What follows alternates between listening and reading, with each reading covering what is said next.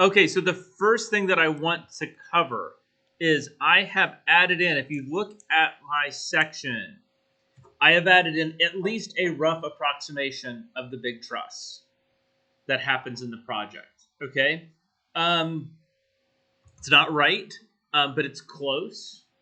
And again, it's one of those things when you're working in Revit, when you're building these renderings, it's very rare that I'm trying to model something at finished quality on my first pass. I'm trying to get pieces in place, see how they work, see how they're functioning, and then refine and move along as I go. Okay? And that way, again, you've got to remember architecture school is the thing, y'all. So it might be that I don't need to add more detail to this truss based on what I'm seeing and how it's working and how the rep is coming together. Right? So I'm always working through this at a level of detail where I get things started and then I refine as I go along and am continuing to build renderings. Okay? And the profession is going to be the same way. Right? You're blocking in details, you're adding detail and adding detail as you go along. So to build this really quickly, what I did in my 3D view, the first thing that I did was I selected what I already had in place. Let's close the email down. It's clinging like crazy because Monday. All right. So I selected what I already had in place for those structural elements. And I went to my sunglasses down here at the bottom and I said, isolate category. Okay. Once I had that, basically it's hiding everything except for that family. And from there, I right-clicked and had a duplicate on that view. And I renamed that Truss Isolate. Right, so now I have this as a permanent view. So I've got my 3D view set up here. I'm going to set that back to its default. So I'm going to go Reset. So now I have these two views, so I can work on them independently. Okay, so to build that truss, again, I went to Edit in Place. I created a reference plane, or I did model by face, or essentially a reference plane by face. So what I did was create, extrusion. I set my reference plane right there on the inside web of that truss and just drew that piece out. And to draw it out, I used both this 3D view and I used this section view. Because if you look at the interior imagery on Cliff House, which is currently closed, let's open that back up really quick. The bottom of that truss lines up with the top of the windows. And so that's sort of where I was getting the basics of my dimensions from.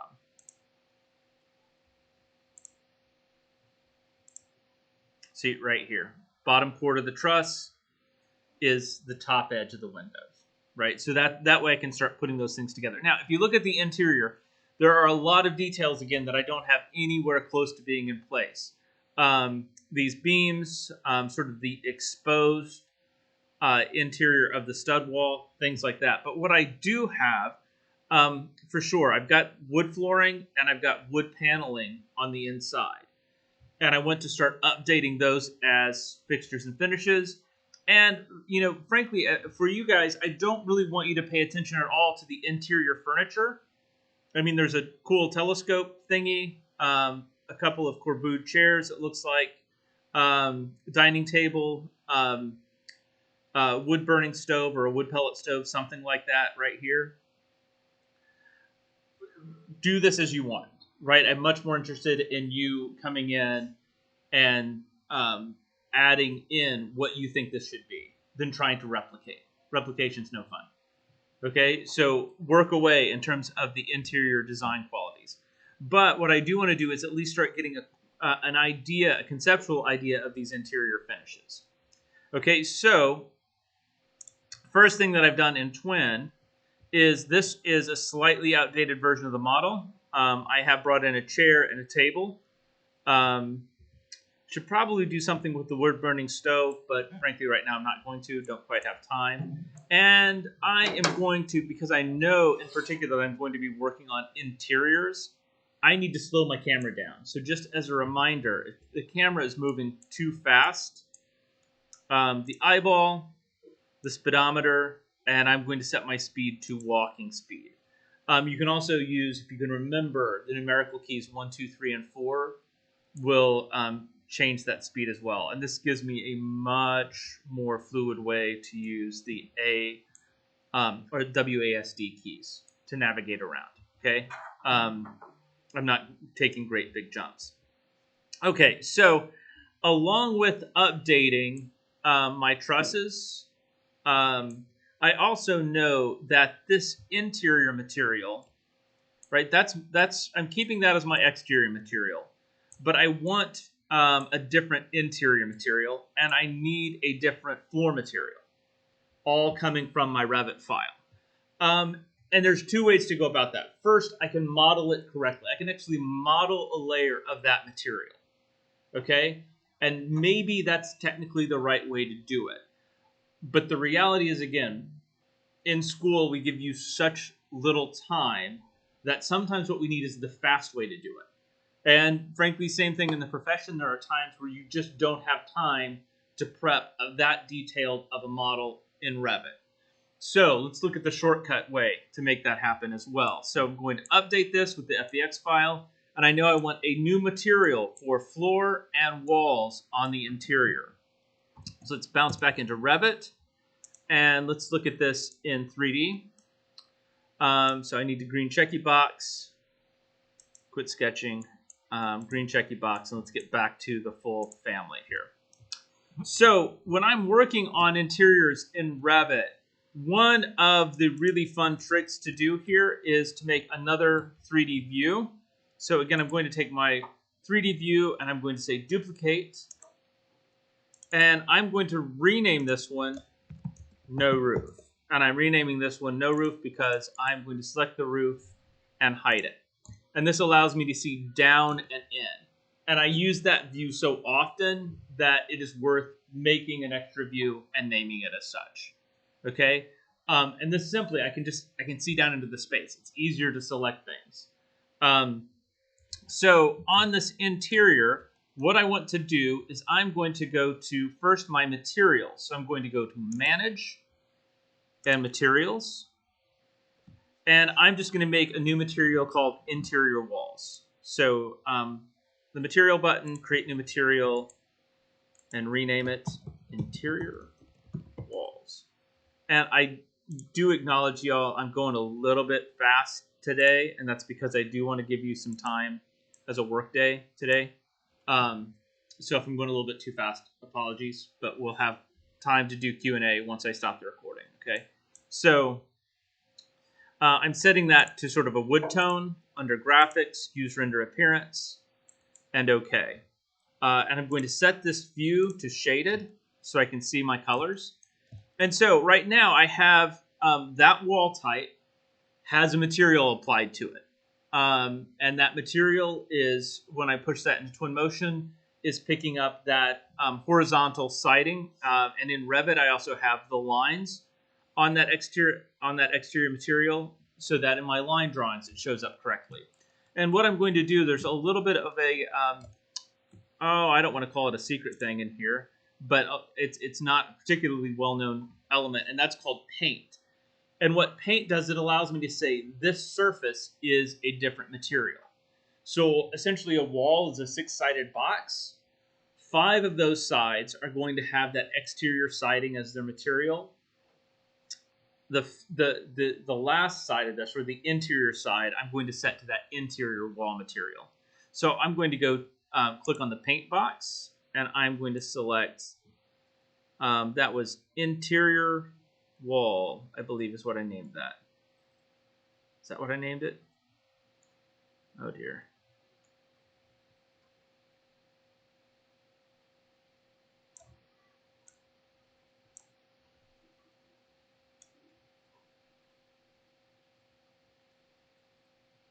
Interior walls right here. Okay, so I'm going to select that as my material to apply, and then I can just click on the inside surface.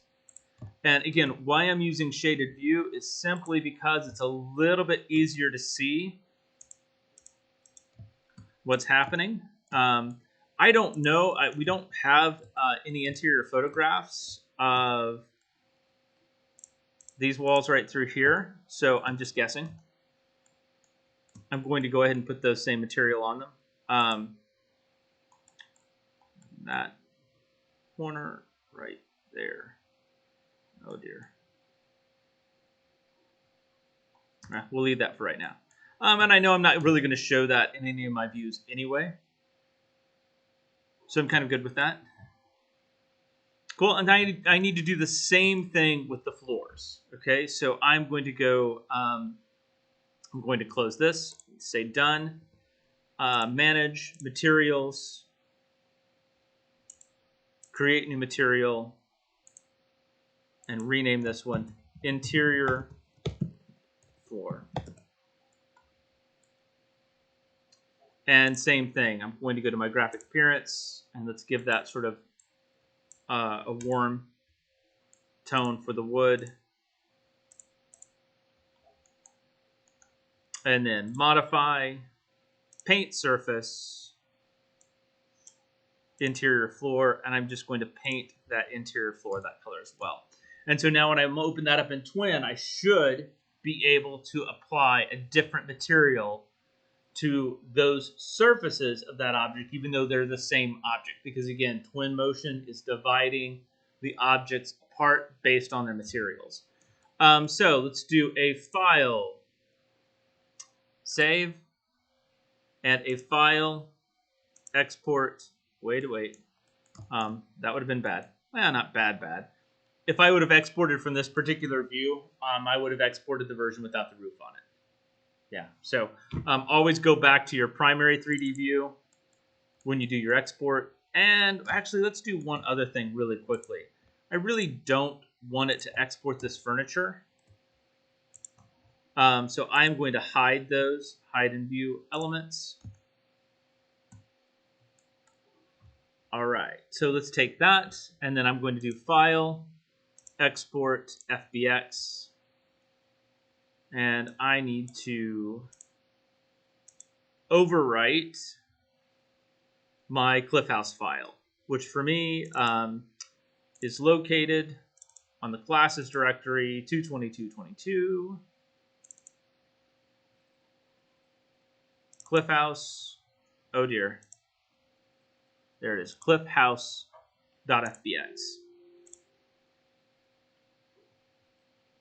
And then back into Twinmotion. Import FBX. And I need to reload that guy. That's fun. I'm going to click re-import with new file.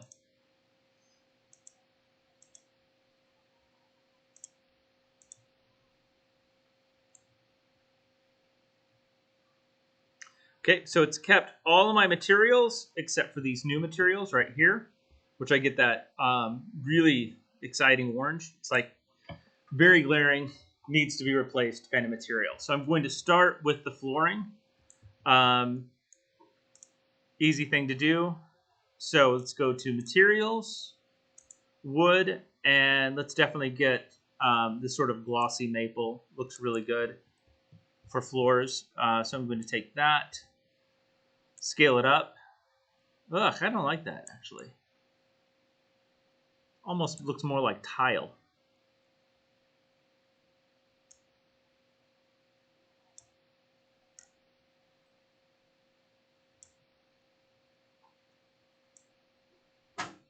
That's the same thing. Let's see here.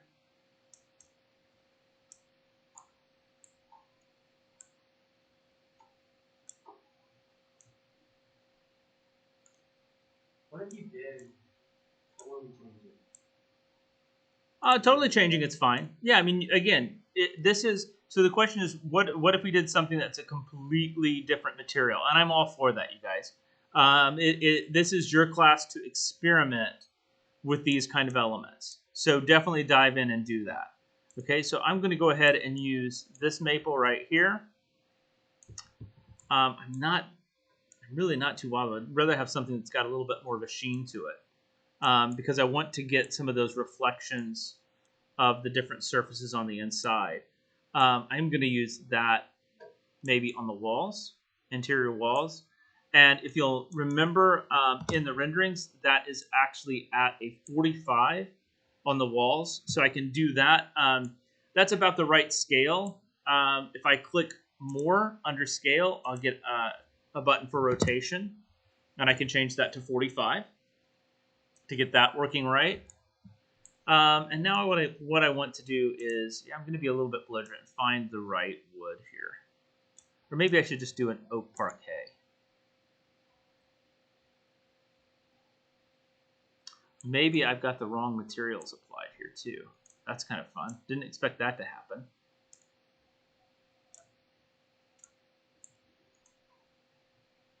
Well, Dave, how did I do that? Sure is. Okay, so I need to figure out how.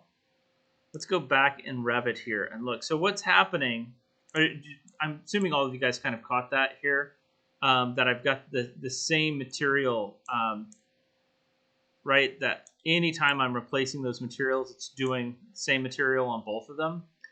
I'm going to guess that in Twinmotion, when I applied those two materials, somehow or another, it linked them together, which is probably a feature, but right now it's doing exactly what I don't want it to do. So I'm going to go back into Revit. I want to verify that I've got those two materials as two different materials.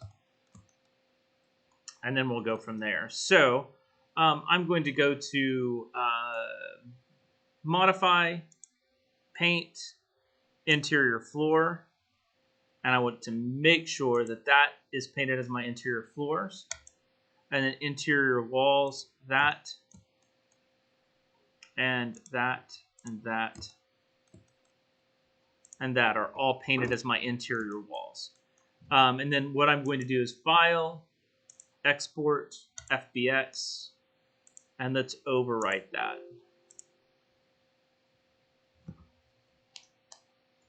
And let's hope that that resets.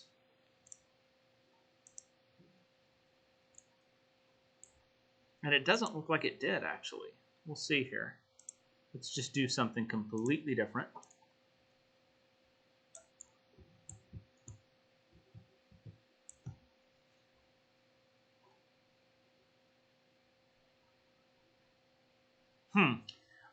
Yeah, I mean, somehow or another, I've got those two things linked together. And I'm really not sure how or why those are linked together. But what I can do, rather than wrestle with it, trying to figure it out, I'm just going to use Revit again to break that connection by making another new material. And I'll have to get into looking at why on earth that's happened, why it's linked those two things together. But what I'm going to do is just, I'm going to take my interior floors and I'm going to duplicate them. And let's just make this interior floor 2. And on my appearance, I'm just going to make sure it is a very different color.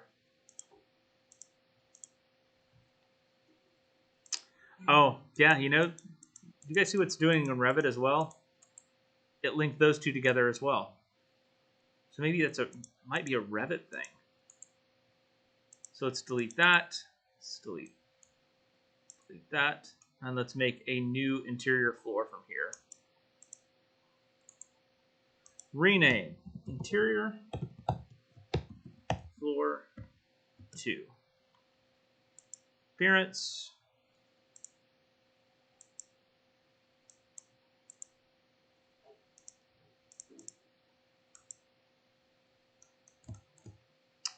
And then back to that paint surface, and interior floor 2. And then I'm going to re-export this. File, Export, FBX, and let's overwrite. And in Twinmotion, let's re-import, and I should have an orange floor now. Yeah, I mean, I am guessing, you guys, that I put the same material on the floor and the wall. And I am guessing that that's why it linked those two things together. And what I need to do is look into why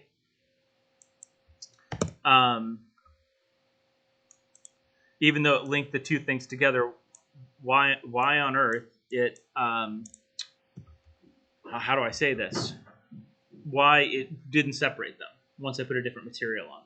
I'm sure that there's probably a way to break that material sequence, but I'm off the top of my head, I am not sure what it is. And so I'm going to do the maple looks better on the walls. It's a little bit closer to the correct yellow. Again, I'm going to more, rotate them 45 degrees. And now what I want to make sure that I do is I'm going to replace this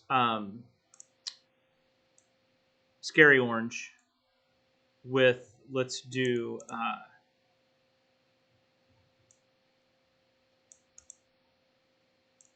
maybe this nice ash here. And again, what I keep looking at is something that's got the right kind of sheen to it.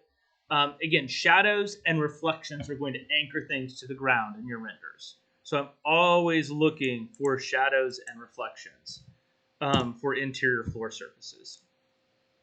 And I'm not wild about how those two colors, I've got sort of a warm, cold thing going on, which looks downright terrible.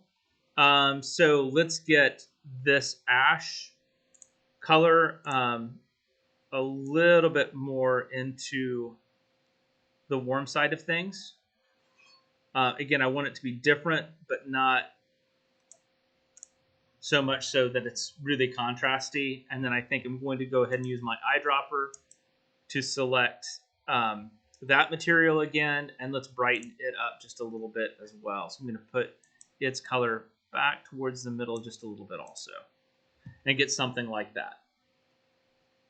Certainly not great, certainly needs some more tweaking, but it's starting to look much better. Okay, so the next thing that I would be working toward is furniture and entourage. Okay, so the couch was pretty simple.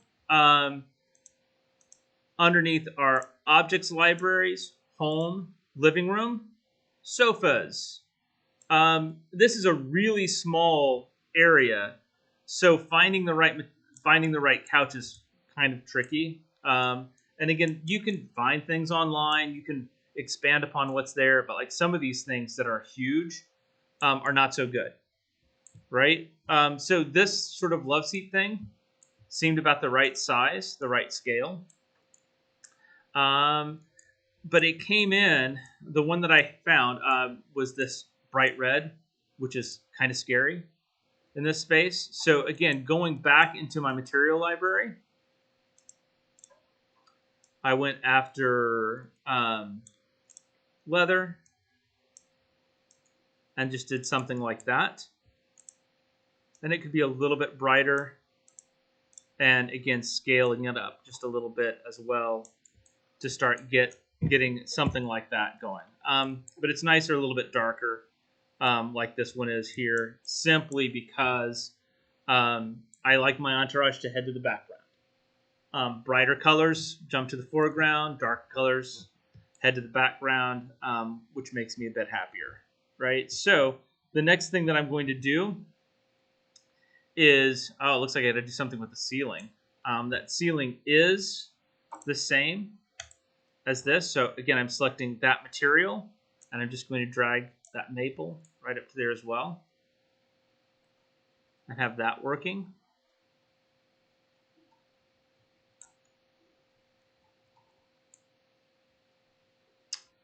And at this point, I can start getting some basic renderings put together.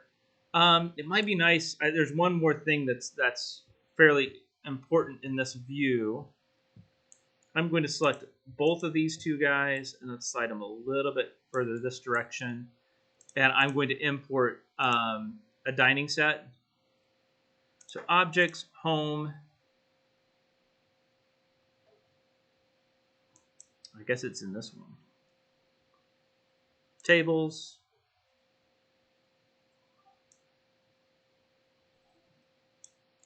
And again, something fairly simple, something fairly small, and something that probably needs better materials on it.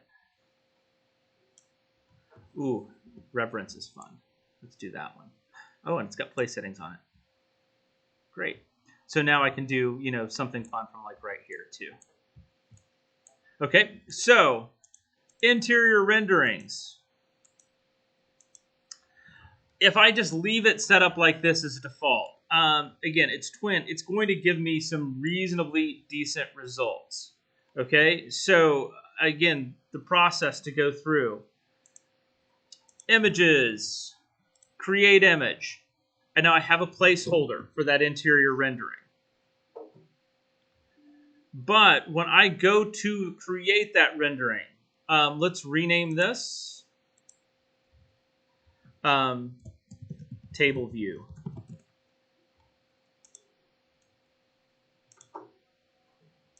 Image, table view. It's the only one that I want selected. And for right now, I'm just going to write it to the desktop. But let's see what we have created, just as a default.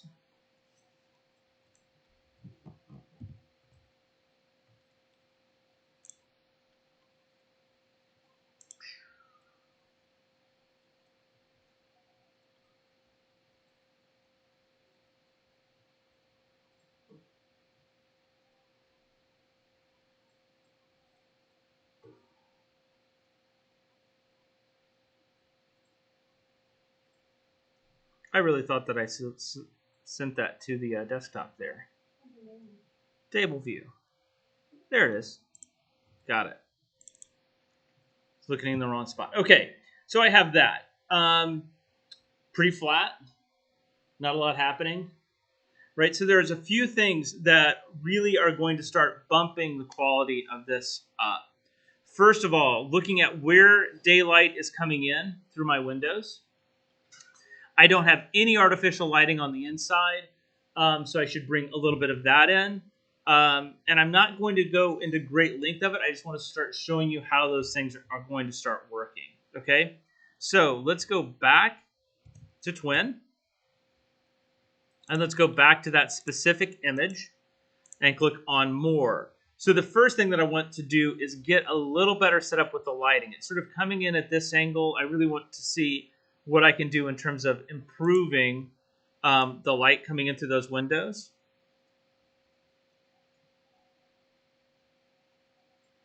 Right, so I can get something like that happening.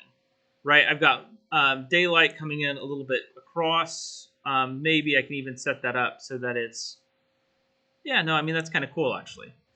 Right, so I'm expanding that shade and shadow coming across. The next thing that I want to do on an interior rendering, let's look at the view itself. And again, this is not a rule, this is a guide, but if you'll notice that edge right there, that means my camera is looking a little bit up rather than horizon level. And anytime that I'm not looking at horizon level, it has a tendency to warp my verticals. So for a typical architecture view, I typically want to make sure my camera is looking straight across. And even if that gives me a little bit too much foreground or something like that, which this usually does, I know I can crop that in Photoshop. I don't have to accept exactly what I have in Twinmotion, but leveling that out is going to help the read on things. The last thing you want to do is have something that looks like a weird slanted wall for a client, and they're wondering, have you designed this with the walls tilting in? Unless you've really intended to design it with the walls tilting in. Okay, so horizoning, making sure the camera is looking across the horizon, making sure our verticals are staying vertical, super important. Next, we were talking about adding a little bit of artificial lighting. So for right now, I'm going to go quit media mode. And let's add in, I can probably find the right kind of fixtures underneath my objects. There should be one underneath home that is lights, or actually I think there's a lighting category actually.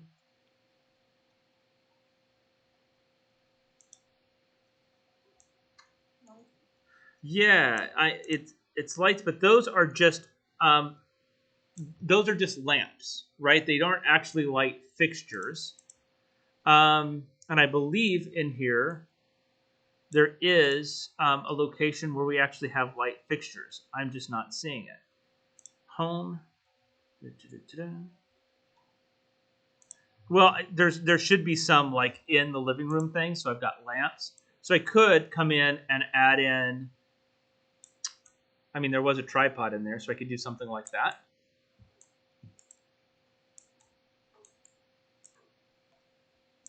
And those things are going to start providing some illumination for me. You know, so if I come back to my table view here, that's going to start to do some things, but not the best.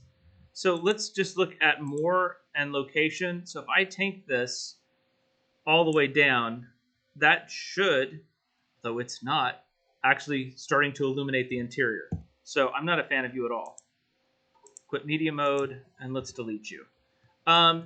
So I have all those things in there. Most of them, when you're cycling day to night, should turn the lights on. They actually should go through that process. Because I know, let's go back to these interiors. I've got sort of these chandelier bubble things, cool little things up here, and then I've got these guys over the table.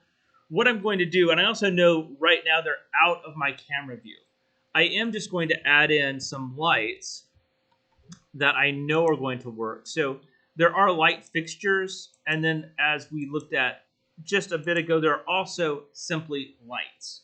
And these are just points of light that I can bring in. Okay, so let's add a few in. And I'm going to do that just using the omnidirectional. That's sort of the default. Let's just drag and drop one of those in. So you can see that they are going to have an immediate impact on lighting. And I just want to break down really quickly for you guys how it's going to work. So I'm going to bring this up.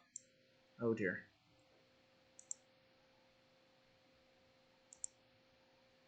Omnidirectional light. And if you notice, they like when you off click, sometimes they're going to disappear. So they are.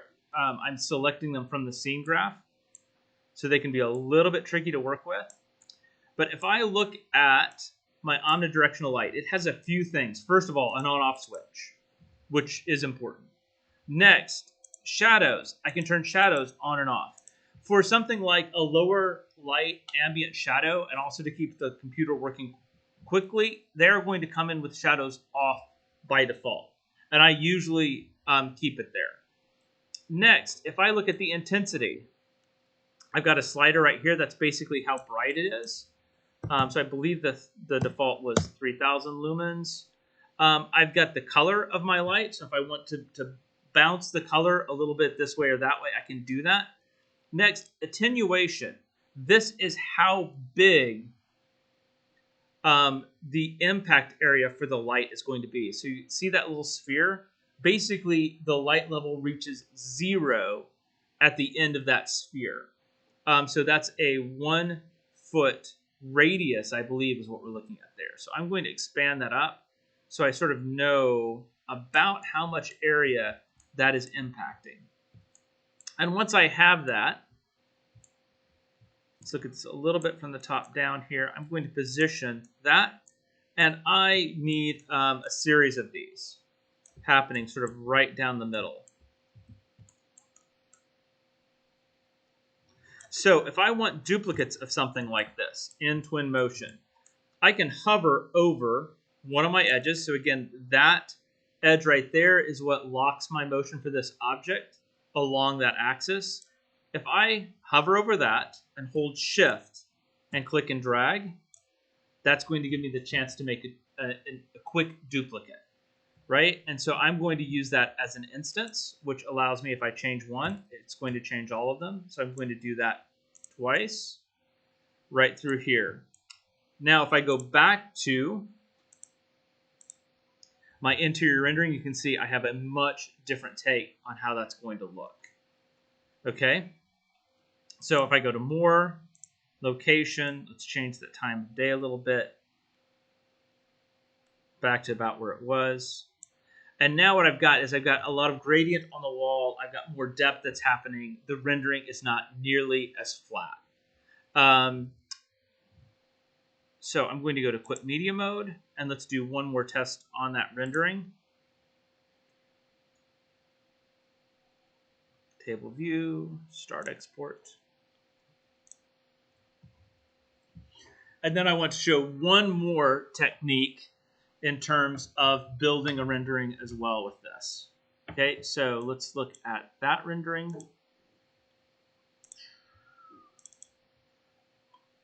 So that should, oh, it's not that one. It should be the next one.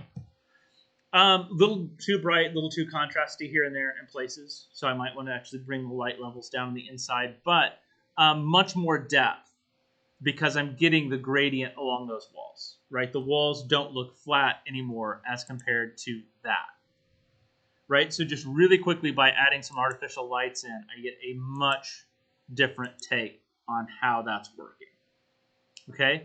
So interior lighting, super, super nice, helps immensely. Let's do one more thing in Twin.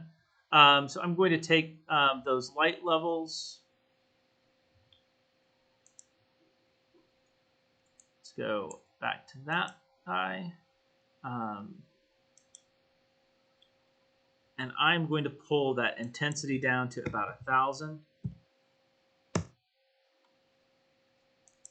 And that should have done that for all three of them since they were all, did you guys see it?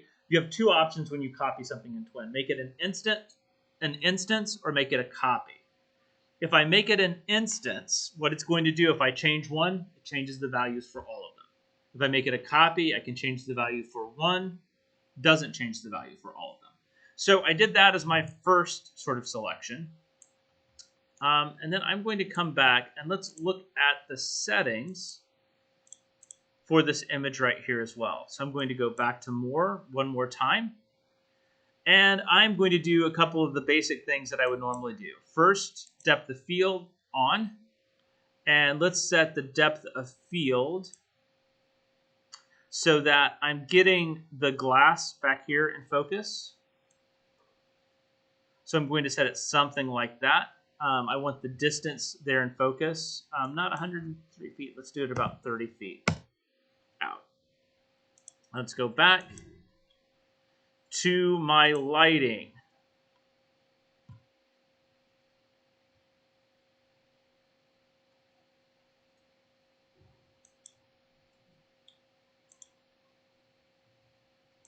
Okay, so it's actually not underneath lighting. One of the things that I could do, I could turn the sky dome on. That's going to get me a little bit more ambient lighting. But sort of the ultimate ambient lighting is underneath this renderer button. So underneath renderer is a tool called Path Tracer. If you look at your computer, I would guess maybe half of you are going to have access to turning Path Tracer on. And what I certainly should have done was hit save beforehand, before doing this, because this essentially is going to really ramp up the number of light bounces. Remember we talked last week about how light bounces around a room and carries the color and tonality across a space, right? And that is exactly what Path Tracer is doing. This is happening on your GPU, on your graphics processor unit, though. So if you do not have the right GPU in your system, you are not going to have access to this, which is why the first step is showing you how to use artificial lighting to get some of these results, especially gradients along the wall. But Path Tracer is going to give you an even further expanse in terms of softening the lighting conditions and creating more ambient light. So let's just take a look at that one more time. I'm going to go back to off with this, and you can see that's the quality that I have. That's off. Once I turn Path Tracer on, right now it's essentially calculating all of that light bouncing around the room in the GPU. And it slowly brings that together. And obviously, the more bounces that I raise, the more soft the lighting is going to become. The more ambient the lighting becomes, the more it blends my palette together because it's pulling the color off of one material to another. But that starts to set up a higher quality interior rendering for me. Okay, So from here, I can go back down to media, and I can export. And what was taking 2 seconds on exporting that table view should take much longer. Not much longer. It should take about a minute to 2 minutes to do that export. But I'm going to get a higher end interior render. Now, Path Tracer for exterior still works, but the change isn't as nearly as dramatic as on the interior, right? Because an exterior render is much more about light, ambient light coming from the sky. And that's where adding in that HDRI sky dome is really beneficial. Interior renderings, we're relying on that light bouncing around the room. So Path Tracer works much better for interior renderings, right? And all of those things are set up individually in each view that I create. Cool? So we'll let that process for 15 more seconds, and we'll open that up, and we can look at those 3 different rendering types.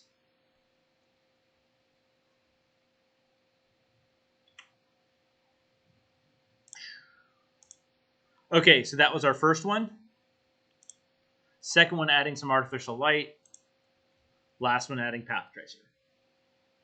Cool. So where you don't want to land, y'all, is that. Right? That is dropping a camera into the view and saying, screw it, good enough. It took all of 10 minutes to go from that to that.